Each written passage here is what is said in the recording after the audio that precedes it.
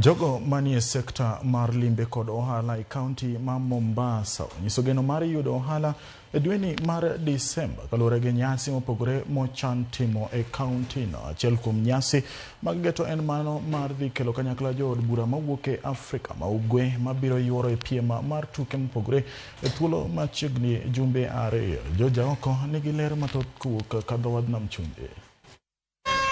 Jotelo manie sekta mar limbe, ohala kod wuoth ne ochopo Mombasa mar rango ikruok moseketi ne nyasi mar tuke mabiro kelo kanyakla jood bura mawuok e pinje 8 ei Afrika.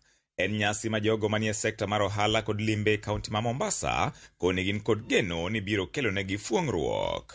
Nitie joma bo wuothe kuonde mopogore opogore. Nitie joma bo dhi limbe Mama Ngina Waterfront, joma dhi limbe Hala Park, joma dhi limbe Fort Jesus, joma dhi limbe kuonde mopogore opogore Mombasa ka, jomoko bo dhi e Pirates. Nitie joma be bo wuotho gotieno ka dhi kuonde mitoe ngona.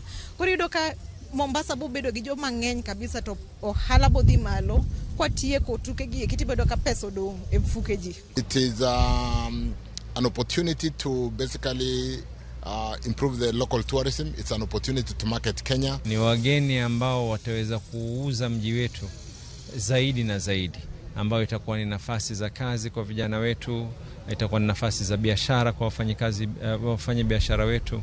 Watu wa Mombasa, hino ni baraka kubwa sana ambayo tutaweza kupata wabunge zaidi ya 2,000 kutoka mabunge ya East African Community wakiweza kututembelea hapa.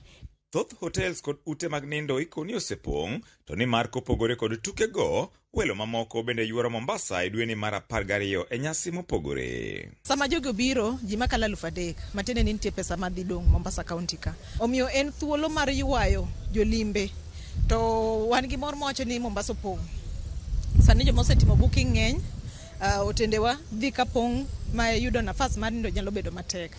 Manen morwa nikech sama gibiro no to giwuotho i Mombasa ka to pesa dong Mombasa. Koro en thuolo ma wayuayo go welo mabiro to wakelo hala machiegni gi ji. SGR iko kwangu, tutawakaribisha wabunge wote wa Kenya kwa sengenya, ngoma za mchechemeko, ngoma za kiasili na kila kitu. Kotel negi kod jatend migao mar wuoth kod apaya, jotelo go ne otimo limbe e lap Mambaraki, masani iduso ka ikruok ne tuke go mabiro chakore tarik 6 dweni mar 12.